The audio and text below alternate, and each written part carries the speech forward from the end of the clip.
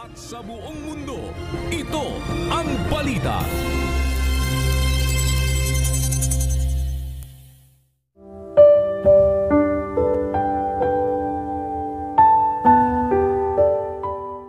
Sapagkat inilagak ni Ezra ang kanyang puso na hanapin ang kautusan ng Panginoon at upang gawin at upang magturo sa Israel ng mga palatuntunan at mga kahatulan.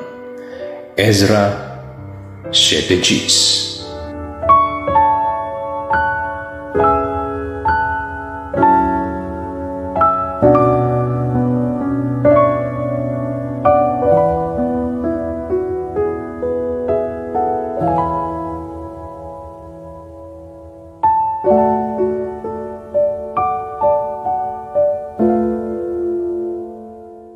Sa ngalan ni Kuya Daniel Razon, ako si Victor Cosare at dito sa UNTV, Diyos ang aming sandigan, serbisyo publiko ang aming pinahahalagahan.